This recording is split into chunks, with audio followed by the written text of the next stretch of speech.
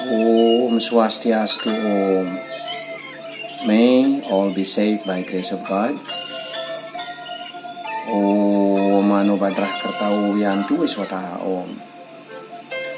May positive thoughts and energy come from all directions. Om Sat Chitananda Om. May we always be righteous, mindful and happy. Om Lokah Samasta Sukhino Bhavantu Om. May universe, time, space and all its contents be well. Wise old soul. Jiwa tua yang bijak.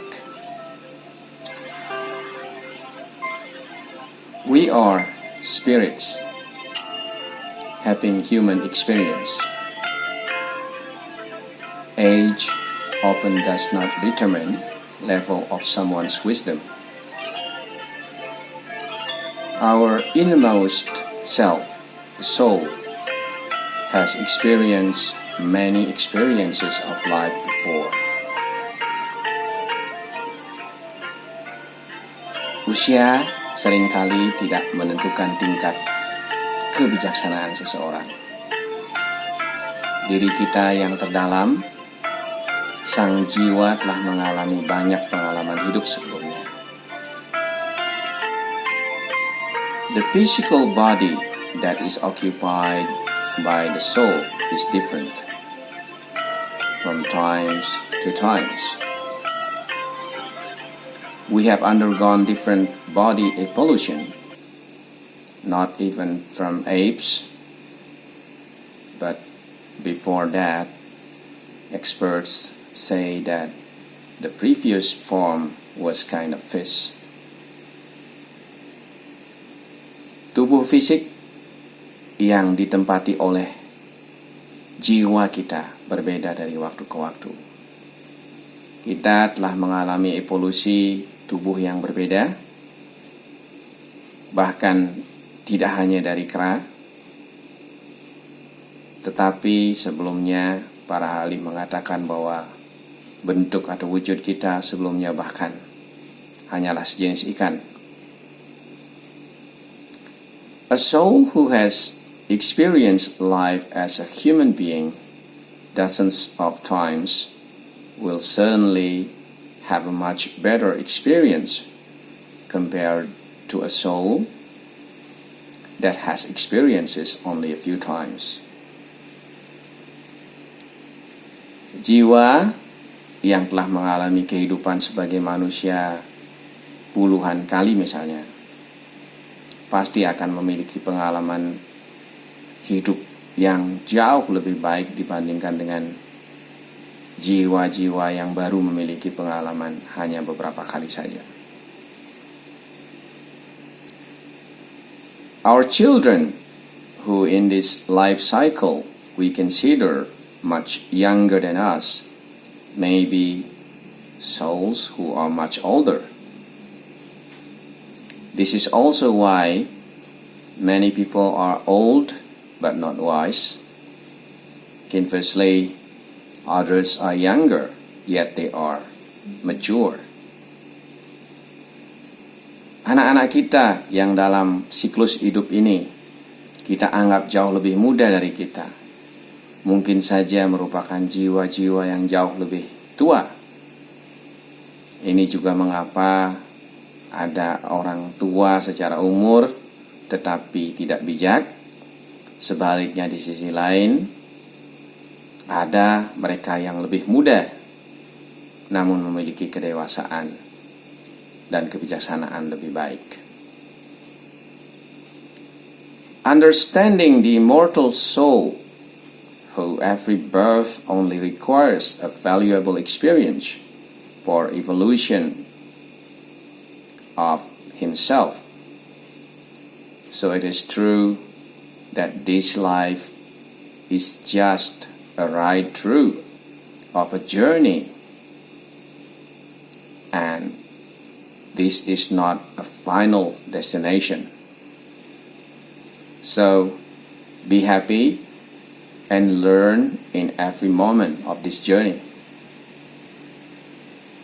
Memahami jiwa adalah abadi, yang di setiap kelahirannya hanya sesungguhnya membutuhkan pengalaman yang berharga untuk evolusi bagi dirinya sendiri.